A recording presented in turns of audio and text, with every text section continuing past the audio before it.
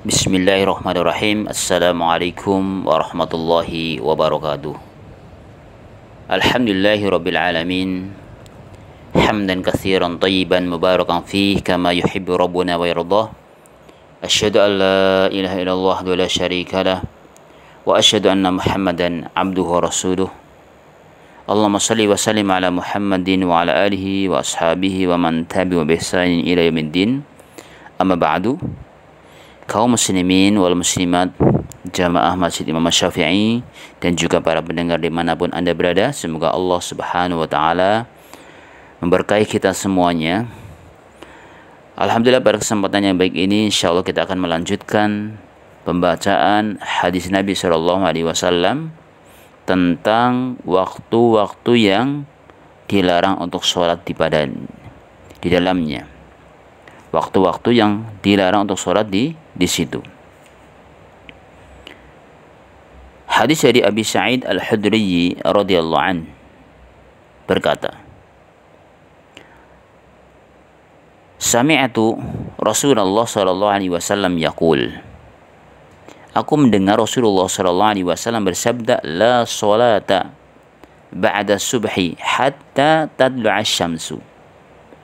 Tidak ada sholat setelah subuh sampai matahari terbit. Wala sholata ba'dal asri hatta taghiba syamsu. Dan tidak ada sholat setelah asar sampai matahari terbenam. Di sini, dalam hadis ini, dua larangan untuk sholat. Hadis muttafaqun alaih. Walafdhu Muslim, dan lafalnya Muslim, dan lafal Muslim, la sholata ba'da sholatil fajri, tidak ada sholat setelah sholat fajar. Hal ini mencakup la nafiyah lil jinsi, tidak ada, ya sifatnya tidak ada sholat, ya la nafiyah lil jinsi, jenis sholat apa aja, termasuk yang wajib maupun yang sunnah. Dan masuk padanya adalah sholat yang punya ruku dan sujud, dan juga sholat yang tidak punya ruku dan sujud. Seperti apa coba? Seperti sholat jenazah, kan sholat nggak pakai ruku dan pakai sujud. Ini. Kemudian, kapan waktunya nggak boleh sholat itu? Setelah subuh dan juga setelah asar. Jadi di sini mencakup keduanya, atau yang tidak diboleh atau dilarang adalah mencakup sholat sunnah maupun sholat wajib. Kemudian, apa hikmahnya?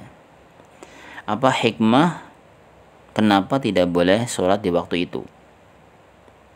Maka ulama menjelaskan diantaranya adalah karena tasyabbuh dengan orang-orang musyrik, di mana orang musyrik beribadah atau menyembah ketika matahari pas lagi terbit. Dan yang kedua, ketika matahari lagi tenggelam. Itu makanya dikatakan, ya anna syamsa tadlu'u baina qarnay syaitan. Sesungguhnya matahari terbit di antara dua tanduk setan. Maka kita tidak boleh tasyabbuh. Jadi dalam hadis ini adalah larangan sholat pada dua waktu, setelah subuh dan setelah asar. Kemudian sholat di sini, apakah berarti sholatnya tidak sah atau tidak sempurna? Maka jawabannya adalah sholatnya tidak sah. Di sini dikatakan la sholata illa tasihhu wa laysa nafyan lil kamal.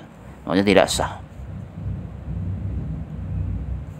Terus bagaimana tentang sholat yang seperti misal orang ketiduran, kemudian belum sholat atau mungkin dia misal ada yang sholat tahiyatul masjid, atau mungkin ada yang sholat yang punya sebab karena syukur wudhu, apakah boleh sholat di situ atau karena sebab tertentu? Maka yang pertama, sholat ketika waktu itu dia lupa atau ketiduran belum sholat, walau setelah asar atau setelah subuh, dia tetap sholat. Karena Nabi SAW mengatakan, man nama an sholatin aw nasiyaha falyusalliha idza dzakaraha. Barang siapa yang dia ketiduran dari sholatnya atau lupa, maka dia hendaknya melaksanakan sholat pada waktu dia ingat, langsung, ya, meskipun setelah asar atau setelah subuh, bahkan sholat yang sebelumnya, bahkan di luar waktu misal, itu di situ boleh, bahkan harus melaksanakannya. Kemudian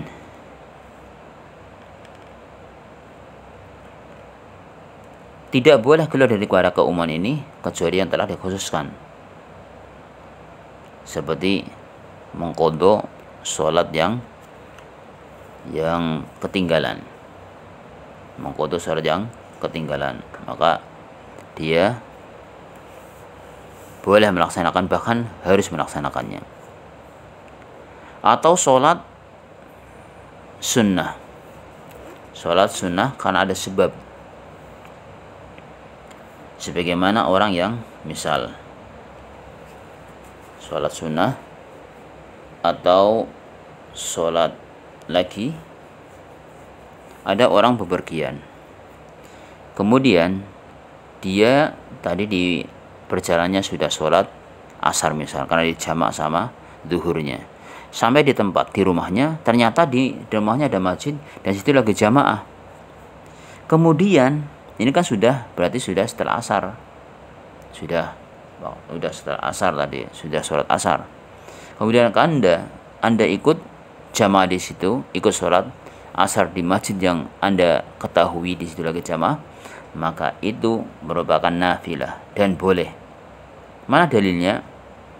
Bahwa Nabi SAW ketika selesai dari sholat subuh, ya, di masjid Al-Khaif, beliau melihat 2 orang laki-laki yang tidak ikut sholat. Maka bertanya, kamu kenapa nggak ikut sholat? Ya, kenapa kamu ikut sholat jamaah bersama kami? Maka dia mengatakan, wahai Rasulullah, kami telah sholat di perjalanan tadi. Maka dia mengatakan, faqala idzan shallaituma fi rihalikuma summa ataituma masjid jamaah wa shalliya ma'ahum fa innaha lakum nafilah. Idza shallaituma fi rihalikuma, apabila kamu telah sholat dalam perjalanan kamu, summa ataituma, kemudian kalian berdua mendatangi masjid jamaah, kemudian kamu berdua mendapati masjid lagi sholat jamaah, wa sholliya ma'ahu, maka sholatlah bersama mereka. Kenapa? Fa innaha lakum nafilah, kata Rasulullah, karena itu, ya, sunat atau sunnah buat anda, bonus buat anda. Fa innaha ay as-sholataini al-mu'adah lakuma nafilah. Artinya kamu sholat lagi yang kedua namanya nafilah. Maka fasaraha sallallahu alaihi wasallam annahuma yusalliyani. Hanya, ya, dijelaskan oleh Nabi sallallahu alaihi wasallam agar keduanya sholat, dan itu merupakan nafilah. Maka di sini mengulang sholat merupakan istisna. Kemudian juga misal istisna lagi, ada orang yang sudah jamak duhur dan asar. Kemudian setelah asar dia sholat ba'diyat adzuhri. Ba'diyat adzuhri kata Syekh Utsaimin di sini tidak mengapa. Kemudian juga sholat karena syukrul wudu, karena sebab wudu, maka boleh pula. Man tawadda'a nahwa wudu'i hadza summa shalla rak'atain la yuhaddisu fihima nafsah ghufira lahu ma taqaddama min dambi. Karena Nabi SAW telah mengatakan, barang siapa yang berwudu seperti wuduku ini kemudian sholat 2 rakaat dan tidak berbicara di antara keduanya, ya, ghufira lahu ma taqaddama min dambi, maka akan diampuninya dosa yang telah lalu. Nah, maka di sini kalau yang punya sebab boleh dia melakukan sholat seperti tahiyatul masjid karena sebab tahiyatul masjid. Makanya Syekhul Islam Ibnu Taimiyah mengatakan, wa kullu nafilatin aw anna kulla sholatin laha sababun fa innahu yusalliha fi awqatin nahyi. Sesungguhnya setiap sholat yang punya sebab, ya, maka dia sholat meskipun di waktu yang terlarang seperti setelah subuh atau setelah asar. Ini dikatakan oleh Syekhul Islam Ibnu Taimiyah rahimahullah. Wallahu ta'ala alam bisawab. Jadi itu pengecualian. Secara umum tidak boleh, tapi ada pengecualian yang di situ boleh untuk melaksanakan sholat setelah subuh atau setelah asar ketika ada sebab atau karena mengkodoni atau karena dia ketiduran. Wallahu ta'ala alam bisawab. Demikian, semoga bermanfaat, dan kita tutup dengan doa kafaratul majlis.